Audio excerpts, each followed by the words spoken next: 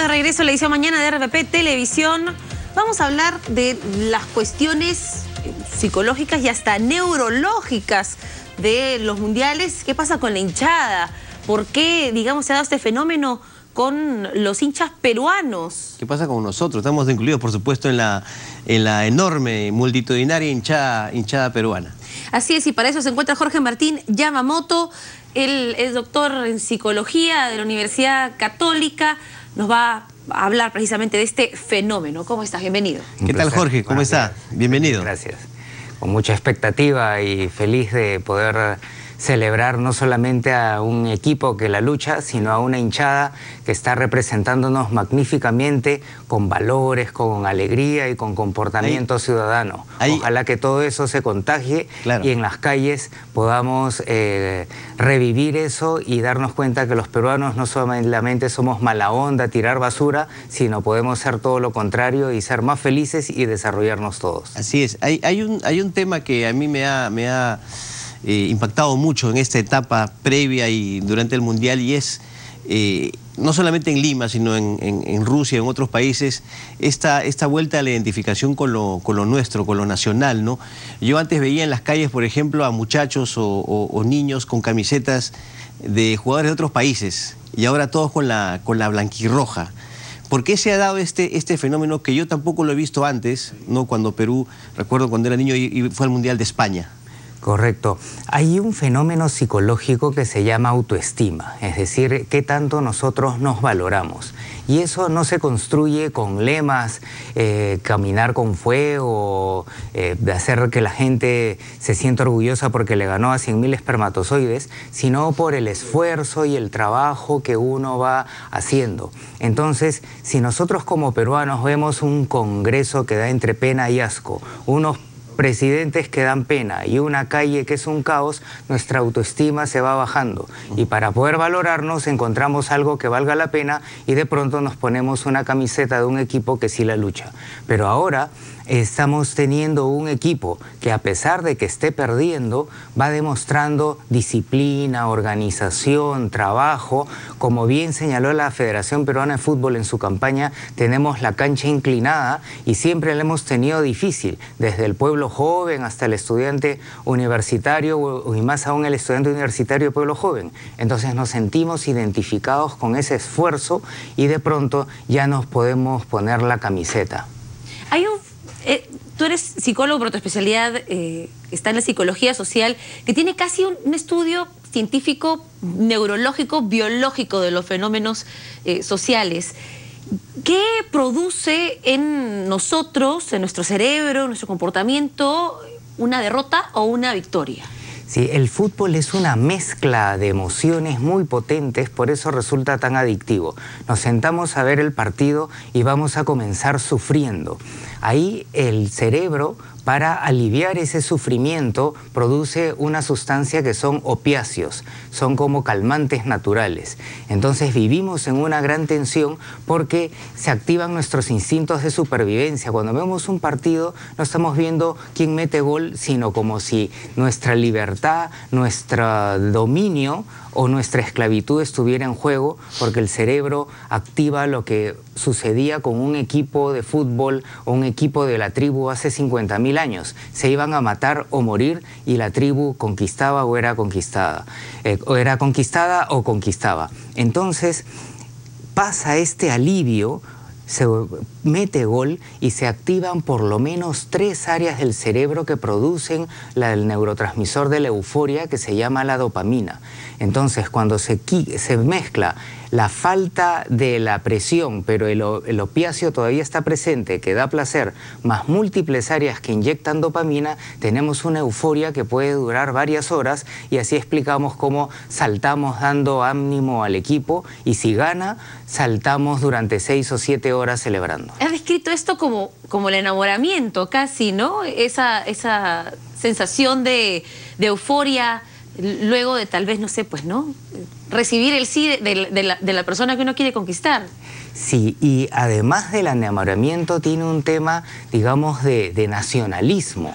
Hay una área muy similar porque en el enamoramiento se eleva la dopamina. Por eso se puede tener una conversación hasta las 3, 4 de la mañana y de pronto dice, uy, parece que fueran las 10 de la noche.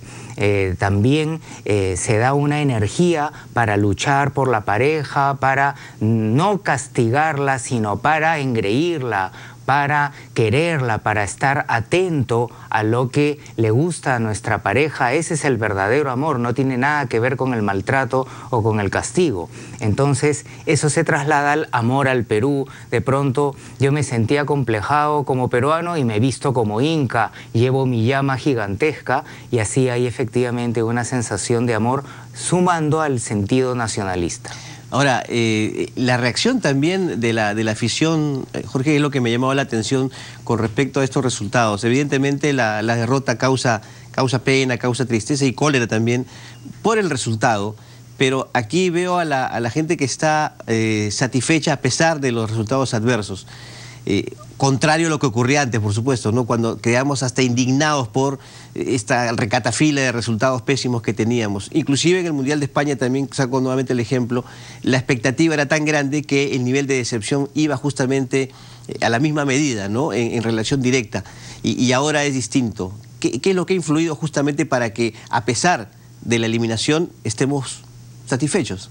No contentos, pero al menos satisfechos, no decepcionados, ¿no? Exacto. Exacto. La decepción es una función del nivel de expectativas que uno tiene y cómo percibe lo que ha logrado. Por eso cuando uno tiene mucha expectativa sobre un viaje, una cena, una fiesta, la probabilidad que uno se frustre es muy alta. Pero cuando uno no espera nada y encuentra una fiesta, un viaje, un momento extraordinario, la satisfacción se dispara.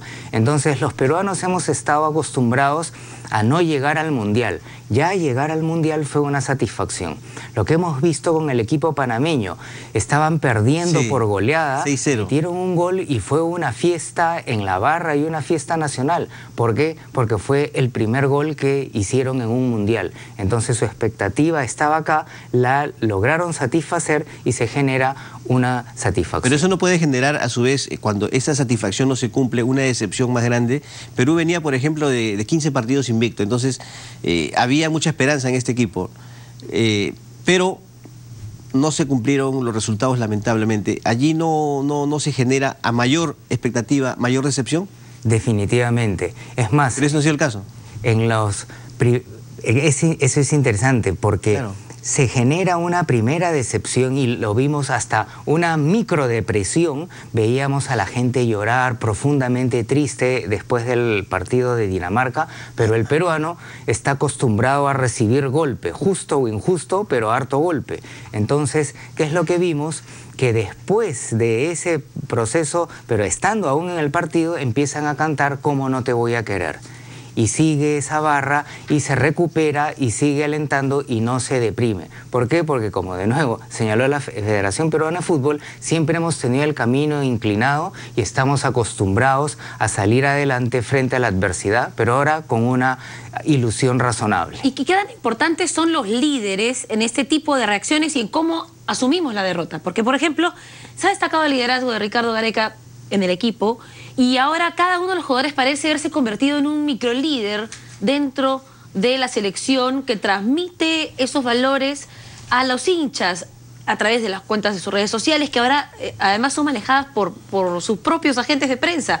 Entonces ellos también tienen, digamos, un liderazgo en sus estrategias de comunicación. ¿Qué tanto influye y en qué sentido crees tú en este Mundial? Muchísimo, porque cuando aparece un líder o unos líderes, hay un mecanismo en el cerebro que hace que la gente, especialmente los jóvenes, automáticamente los imiten. Cuando los Beatles se hicieron líderes de opinión en la década de los años 70, se dejaban el pelo largo y la juventud se dejaba el pelo largo. Empezaban a consumir algo y la gente consumía algo. Entonces tienen una responsabilidad muy grande y, a diferencia de otros modelos que brindan actitudes materiales que no son buenas para nadie, estos están dando un magnífico ejemplo. Y también señala que el Perú reconoce lo que está faltando no solamente en la cancha verde, sino en la cancha nacional: disciplina, orden, dedicación,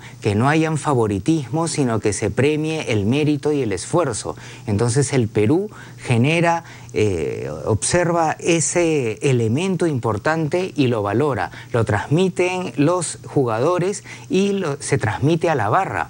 La barra peruana normalmente estaba tristemente asociada a disturbios, a ensuciar cosas, pero ahora es todo lo contrario. Las guardias de seguridad dicen que no ha habido ningún problema con los peruanos y la gente reconoce no solamente la alegría, sino el orden y el respeto de esta hinchada. Claro.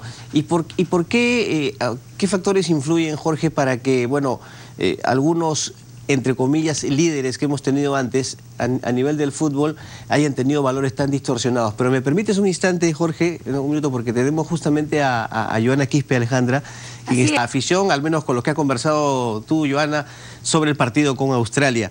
Y ya que estábamos hablando aquí con Alejandra acerca del liderazgo que ejercen algunas personas, yo justamente le preguntaba, tomando como referencia años anteriores donde los éxitos brillaban por su ausencia, esta distorsión en cuanto a los valores de los líderes, porque había líderes mal concebidos, ¿no? De aquellos que, por ejemplo, no sé, salían con una vida disipada, que aparecían con mujeres, con vedettes, y sin embargo los más jóvenes veían eso y también querían imitarlo. ¿Por qué estos valores tan distorsionados? Lamentablemente, si nosotros vemos la profunda cultura peruana, tiene extraordinarios valores de trabajo duro, de honradez, esas remotas comunidades andinas, las comunidades amazónicas. Pero cuando estas comunidades migran por buscar un mejor futuro a sus hijos, se encuentran con una ciudad que los discrimina y ahí empieza a darse una mutación terrible de valores. El trabajo duro y bien hecho con orgullo se convierte en el trabajo así nomás, tarde, mal o nunca.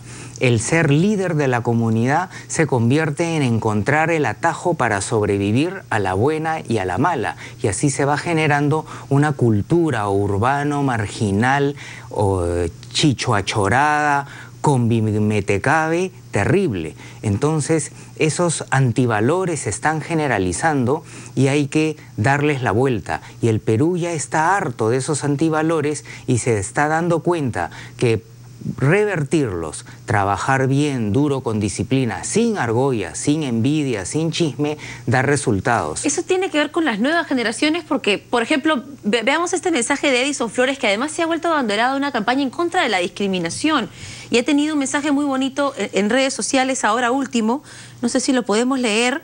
Él ha publicado esto hace algunos días, ¿no? Hace algunos meses participé con mucho orgullo de la campaña del Ministerio de Cultura contra el racismo y la discriminación en nuestro país. Este es uno de los principales males que aqueja al Perú y todos debemos poner de nuestra parte para erradicarlo. Dijo también que quería dejar claro que su posición va en contra de la discriminación de cualquier tipo, en cualquier lugar, cualquier deporte, cualquier contexto, no importa la clase social, color, género, de donde vengas, siempre debes tratar a todos por igual. Es un mensaje bastante poderoso, digamos, de uno de los ídolos de esta selección, precisamente por su carisma y por esta buena onda que nos genera, ¿no? Le ponen una tarjeta amarilla y no se queja porque dice pues que el equipo le faltaban pocos minutos y no quería perder minutos para el equipo. O sea, él pone en riesgo su participación en el siguiente encuentro del Mundial por el equipo, ¿no? Excelente, esos son los modelos que necesitamos y en verdad ese es un otro mundial y mucho más importante porque de la cancha se está trasladando a la barra, una barra que ahora limpia la basura en vez de ensuciar. Así es. Es una barra que lleva un buen ejemplo de alegría y disciplina y esto se empieza a trasladar a los jóvenes y a todo el país y en la medida que se cierre ese círculo y que llevemos la camiseta no solamente frente al televisor o al estadio, sino en cada semáforo, en cada ocasión que querramos meter cabe, pero dejemos de meter cabe y que el otro progrese y que nos dejen progresar, eso va a hacer que no solamente seamos campeones mundiales, sino que mejoremos nuestra productividad y nuestra felicidad como país. Jorge, hay una campaña muy interesante, ¿no? ¿Para qué Perú juegas? exacto. Quisiera que nos dé más detalles al respecto, porque efectivamente va en la onda, en el rubro de la conservación de los valores, de la imitación de lo bueno sobre todo, ¿no? No imitar lo malo. Así es. Es una campaña auspiciada también por la Federación Peruana de Fútbol, que está haciendo un trabajo no solamente en la cancha, sino en la gran cancha del país, con los medios de comunicación que están haciendo un papel también muy importante. ¿Y qué es lo que ocurre? Uno de los principales problemas que hemos encontrado en nuestras investigaciones en la Universidad Católica es la argolla maletera. Es decir, el Perú está compuesto no por un solo equipo de peruanos que trabajan en una empresa o en un país, sino por microequipos que pelean los unos a los otros. Entonces, las empresas se convierten en grupos de argollas que se matan los unos a los otros, los barrios y hasta ahora las familias. Entonces, el equipo peruano ha logrado un milagro, que de pronto dejemos las argollas y todos nos pongamos una sola camiseta, que en un semáforo ya no nos metamos el cuerpo o el carro, sino nos saludemos, y si tocamos claxon es para hacer arriba Perú. Pero estamos logrando resultados en eso, Jorge, porque me parece que es algo a largo plazo, ¿cierto? Claro, es posible lograr un Son cuestiones cambio de hábitos, ¿no? Correcto. Yo creo que hay dos fases. La primera es que mientras más familiar se vuelva este mensaje, ya la gente empieza a interiorizarlo lentamente y sin darse cuenta. Ahí creo que hay un gol de media cancha, porque se está bombardeando al país con ese mensaje positivo, y la publicidad, los periodistas, las empresas se están uniendo, pero falta un segundo paso, y es conectar esa idea con un comportamiento concreto. Entonces hay una segunda fase de una campaña psicosocial positiva, por supuesto, porque psicosocial tiene una mala connotación en nuestra historia nacional, de rescatar los valores. Todavía tenemos valores, los vemos en la cancha y los vemos en los estudios, pero todavía no conectamos con la vida cotidiana. Por ejemplo, ¿qué pasa si los peruanos abrimos nuestra agenda y vamos a elegir un valor? ¿Y qué cosa vamos a hacer esta semana para poder protagonizar este valor? Saluda, ayuda al otro, no lo maletees, y ponemos en nuestra agenda y empezamos a hacer una conducta. La próxima semana y en 7 semanas nos volvemos el hábito de hacer conductas más positivas. Yo quería hacer una pregunta para que nos responda tras la pausa, si es que es posible que se quede unos minutos más. ¿A qué edad cuál es la edad crucial para que estos mensajes y este comportamiento nos dure de por vida, contra viento y marea, contra las crisis económicas, contra los malos gobiernos, contra todas las adversidades? Hacemos una pausa en la edición mañana y regresamos con la respuesta.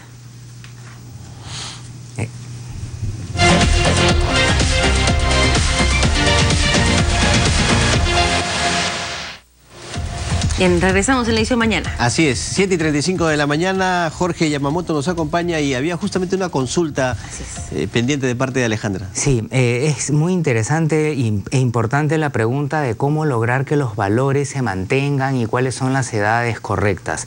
Los valores se ubican en un área que se fija al terminar la adolescencia, de tal manera que el trabajo se tiene que hacer de una manera muy temprana. Pero, ¿qué ocurre? Los valores se aprenden sobre todo con la observación. Entonces, la fase número 1 es cortar el mal ejemplo de los adultos, especialmente de los padres y de los modelos, lo que hablamos del cambio de modelos en los futbolistas. ¿Y cómo convencemos a los padres que dejen de comportarse de manera negativa? Basta que sepan que los niños que tienen buenos valores estudian mejor y tienen mejores puestos y ganan más dinero y son mejores ciudadanos. Eso no es poca cosa. Entonces, que los padres hagan el ejemplo de que si van a hacer cochinadas no las hagan delante de sus hijos, y que se esfuercen en dar un ejemplo coherente todos los días. Entonces se corta el círculo vicioso, y en un programa en donde se vayan inculcando los valores se puede hacer un cambio. Pero el valor no es tanto el flor o el discurso, sino la acción. Por ejemplo, un país que tiene excelentes valores es el Japón, y en los primeros años de la infancia no aprenden a sumar, a restar, sino aprenden valores, a convivir bien. Todos limpian, todos sirven la comida, y así hay un sentido automático de que todos somos iguales, trabajamos duro, respetamos al otro, estamos atentos a que a alguien le falta manos para servir la comida, y así en automático están en un estadio, ven que hay basura y la van recogiendo. ¿Cómo es el proceso o significa lo mismo cambio de valores a cambio de conducta? Porque evidentemente también, no sé si se puede estimar un plazo determinado para emprender de acuerdo a un plan bien elaborado, un cambio de conducta y posterior cambio de valores, ¿o es al revés? Correcto. La conducta en el adulto se puede cambiar, pero en los valores muy poco. Entonces, el valor es algo que yo lo interiorizo. Entonces, si a mí me vigilan y me castigan, yo puedo tener la conducta de la honradez y de cumplir la norma, pero si dejan de vigilarme, yo vuelvo a mi caos. O sea, como decimos popularmente, pura pantalla. Exacto. Yeah. Pero el valor interiorizado, yo me comporto de manera correcta con o sin vigilancia. Y es más, me vuelvo un misionero, es decir, transmito los valores y vigilo que los otros los hagan. Por eso, el mejor negocio que pueden hacer los padres con sus hijos es formarles valores, porque tendrán crisis, dificultades, pero si tienen el sentido de lucha, de trabajo, de hacerlo correcto, van a salir adelante. Lo que suele suceder, me parece, de percepción, es que uno viene con estos valores de casa, pero cuesta muchísimo mantenerlos cuando sale y se enfrenta a la sociedad. Cuando va a la universidad y se da cuenta, pues que no sé, hay argollas entre los profesores y los malos profesores, se repiten ciclo a ciclo porque son amigos del director. Cuando va al trabajo y se da cuenta que los puestos los acceden las personas que tienen mayores vínculos con los amigos, jefes. Los amigos. Claro, o cuando las multas se imparten dependiendo de tu puesto o a quién conoces dentro de la policía. Ejemplos hay miles, entonces cuesta mucho y se enfrentan las personas que tienen estos valores de casa a mucha coerción social para que, digamos, no puedan practicarlos. ¿Cómo se hace para luchar contra esta inercia? Exacto. Acá hay un factor clave, y es que tiene que haber una mínima mayoría, por lo menos una mínima parte de la población, que alrededor del 9 al 13% es la estimación, que empieza a contagiar positivamente. Porque si hay solitarios con valores, van a ser más infelices, porque van a estar viendo que la gente se comporta mal y van a ser la excepción, y el ser humano es sensible a la presión del grupo. Pero en estos planes hay que generar una cierta masa crítica para que empiece a generar un contagio positivo, y en eso los medios de comunicación y los programas nacionales tienen un papel importante. Esto de la presión negativa es tal que, por ejemplo, algunos colegios trataron de incentivar este asunto de que nadie tiene corona y todos trabajan, pero algunos padres con una ignorancia limeña profunda dicen: no, mi hijo no está para limpiar